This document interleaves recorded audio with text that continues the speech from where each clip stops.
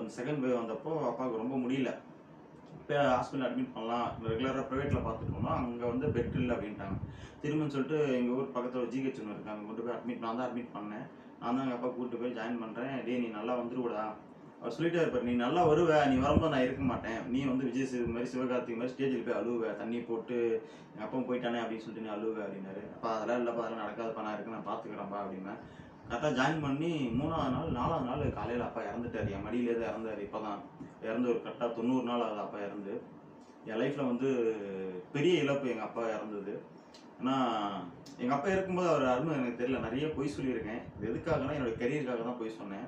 அந்த மாதிரி வந்து எப்படின்னா ஊர் விட்டு வந்து இங்கே வந்து ஆடிஷன் அட்டன் பண்ணிட்டு போனதில் அப்பாவுக்கு தெரியாது. இது ஒரு இன்டர்வியூக்கு போயிட்டு வரேன் அப்படின்னு சொல்லிட்டு. ஆனால் ஒரு கட்டத்துக்கு மேலே தெரிய ஆரம்பிச்சதுக்கப்புறம் எனக்கு சப்போர்ட் பண்ணார் எங்கள் அப்பா. எங்கள் அப்பாவுக்கு எதுவுமே பண்ண முடியல அப்படிங்கிறது எனக்கு இதுவரையுமே ஒரு பெரிய கஷ்டமாக இருந்துச்சு. எனக்கு